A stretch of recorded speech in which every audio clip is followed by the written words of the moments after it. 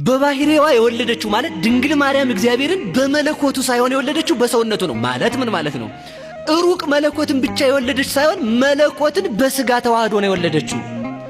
ድንግል ማርያም ለእግዚአብሔር ወልድ የባህሪ እናቱ ናት።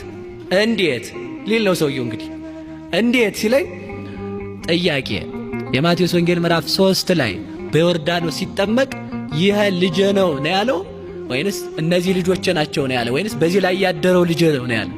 ይሄ ልጄ ነው አለ። ማንን? ስጋን ራሱን ማለት ነው። ለምን? ስጋ ማን ስለሆነ? መለኮት ከስጋ ጋር ሲዋሃድ ስጋ ቃለ አብ ወቃለ መንፈስ ቅዱስ ሆኗልና ስጋ አምላክ ስለሆነ ያ ስጋ የአብ ቃል ነው። ያ ስጋ ከድንግል ማርያም ስጋን የተነሳው ያ ስጋ አካላዊ ቃል ሲዋሃደው ምን ሆኗል ማለት ነው? አምላክ ሆኗል። ስለዚህ በባህሪዋ ወለደችው። የባህሪ ልጅ ያለው እግዚአብሔር አብ ነው።